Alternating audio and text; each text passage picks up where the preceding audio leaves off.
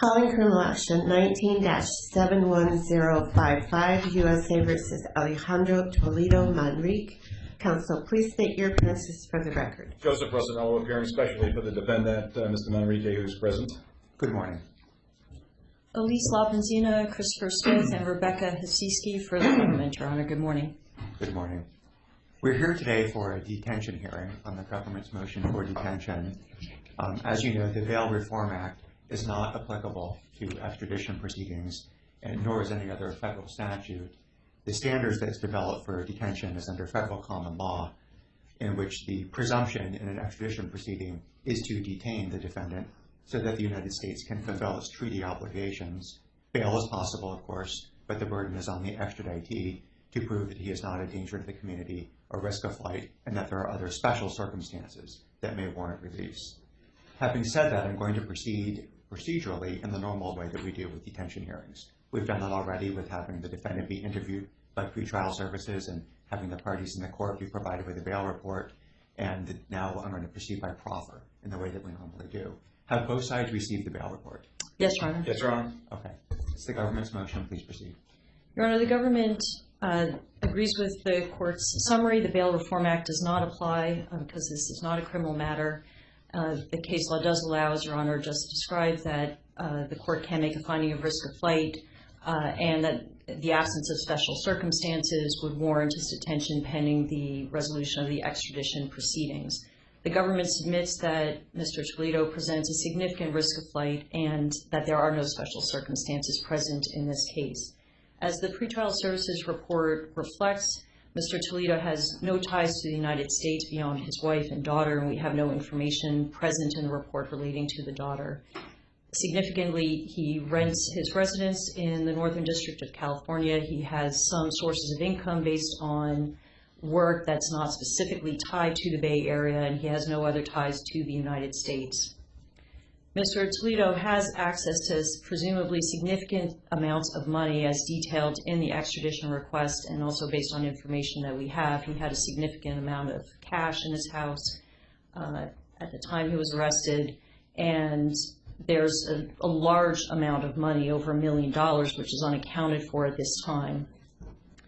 Mr. Toledo has a history of extensive foreign travel as recently as 2017. The pretrial services report reflects travel in 2015, 2016. His Peruvian passport, which has just expired, does in fact reflect travel going through 2017. And he has a number of ties outside of the United States.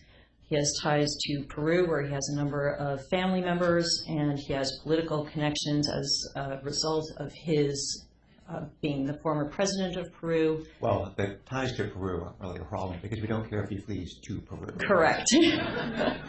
But those ties in Peru may facilitate his travel to other countries, and most significantly may facilitate his travel to a country that does not have an extradition treaty to Peru. Notably, Israel is one such country, and he does have connections to Israel. His wife is a citizen of Israel and potentially also of another country, of Belgium. I'm not 100% sure of that. I'd have to clarify.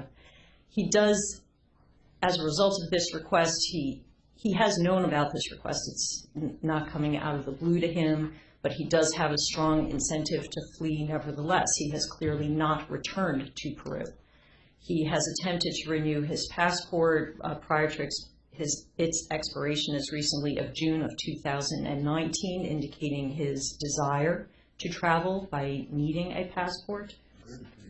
And as a result of all these factors, in addition to what's set out in the pretrial services report, we submit to the court that he does present a significant risk of flight. Now, if we shift to look at the special circumstances. Before we move to that, but I do want to hear about that, I understand from the pretrial services report that when the FBI searched his residence following his arrest, they found $40,000 in cash in a suitcase?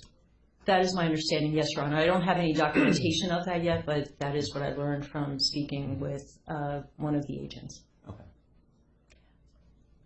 Based on statements that Mr. Toledo has made to other authorities over the years, he was earning pension money, royalties from his books amounting to significant amounts of money as well.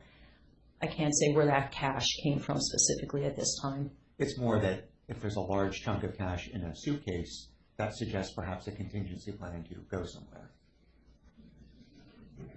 That could be an interpretation, yes, Your Honor. Okay. But again, I don't have any more detail at this time, but I will attempt to learn more about how it was found and exactly where it was. Why don't you turn that to the special circumstances? So with respect to special circumstances, that is unique to extradition cases, and therefore that's not presented in the pretrial services report because that's not a factor that would specifically be considered under the Bail Reform Act. But as we set forth in our memo, which I appreciate was filed yesterday afternoon, and the court may not have had a chance to look at it yet, nor Mr. Russinello, but the factors that I would anticipate that Mr. Toledo may raise have been found not to be special circumstances in a very analogous case in Florida. So for example, his age of 74 years old, his health, his former position of being the president of Peru, living openly in our community while knowing that there was a warrant out for him, none of those have been deemed special circumstances by courts in the past. The government is not aware of any special circumstance in this case. It is, of course, his burden to present the evidence in this regard, and at this juncture, the government submits that there are none. And based on all the factors that have been set forth in the pretrial services report, which go towards risk of flight, the government doesn't believe they can be mitigated in any way, given the number of risk factors here and the absence of special circumstances. The government submits that he should be detained, as is the presumption in these cases under case law and as the statute contemplates, until the resolution of the extradition proceedings. Thank you. Mr. Russinello. Thank you very much, Your Honor, for the opportunity to make this presentation to you. As counsel has indicated, we have not seen whatever memorandum was filed yesterday, but it really is irrelevant, quite frankly, to the argument that I would make to you. I think that while we hear a little bit about who this person is, I think we learned from our experiences that in making any determination of what a person is likely to do, or the prospects, in this case, of flight or posing a significant risk, it's obviously the character of the person. It's that moral risk factor that's paramount. Whether or not Mr. Toledo has lived in the area for some period of time and so on is of some significance. But if you look at who he is and how deeply those ties of who he is merge with this district, I think you'll see that he spent, quite frankly, during his adult life, as much time in Northern California as he spent in Peru. He came to San Francisco for the first time as a soccer player on scholarship to USF, and he earned his education there in his degree in 1969 as a result of that. After getting that degree, he went to Stanford. He went to Stanford for 6 years in Palo Alto, where he graduated with the PhD, and has over maybe the last 25 years, he spent at least half of that time in San Francisco, in the Bay Area, and the rest of it back in Peru or on the road, basically hawking his book. I have a copy of it here, The Shared Society, which is a product of his work at Stanford as a senior fellow between 2012 and 2015.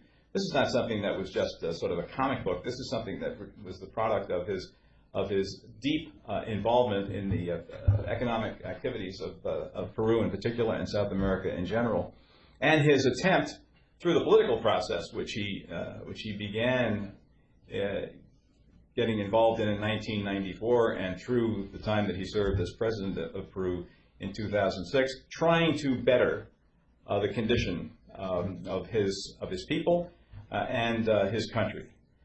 And I think that the record will show, I mean, it would demonstrate that it's the commitment that he made to his people, it's the commitment that he made to his constituency, as it were, people who are interested in the betterment of the society in South America, that when he came back to San Francisco, into the